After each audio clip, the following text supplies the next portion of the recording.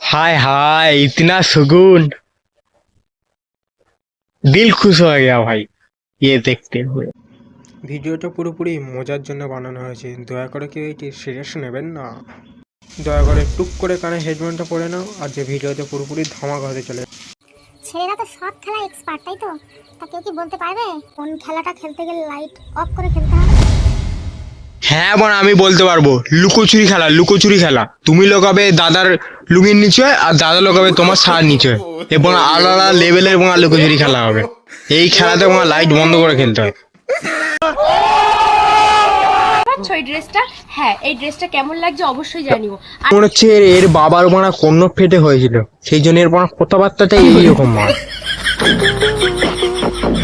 जो बता देगा ना ये क्या है, ये देख लो। ওইটা বানা তোমার দাদুর আটা বাদ দিয়ে যেটা হয় সেই জিনিসটা বানা। বন্ধু তোমরা তো বুঝে গেছো, কমেন্ট করে এবার জানাও আমি মানে কিসের কথা বলেছি। আজ কিন্তু আমি রোমান্টিক মুডে আছি, সো তোমাদের মনের কথা খুলে বলতে পারো।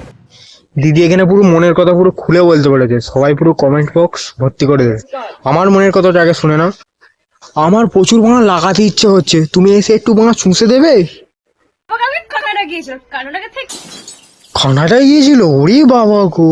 আমার জন্য নিয়ে এসেছে স্পাইলুটি। হ্যাঁ গাইস, এটা খাওয়ার পর না নিজেকে কি বড় বড় মনে হচ্ছে, কারণ আমাদের এদেশে তো আমরা পাবে না, আর এদেশে এগুলো দেখাও যায় না।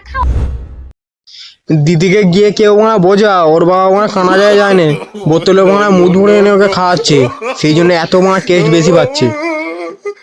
আর আমরা তো ওই জিনিস খাই না, বাঁড়া টেস্ট পাবো দিয়ে বাঁড়া।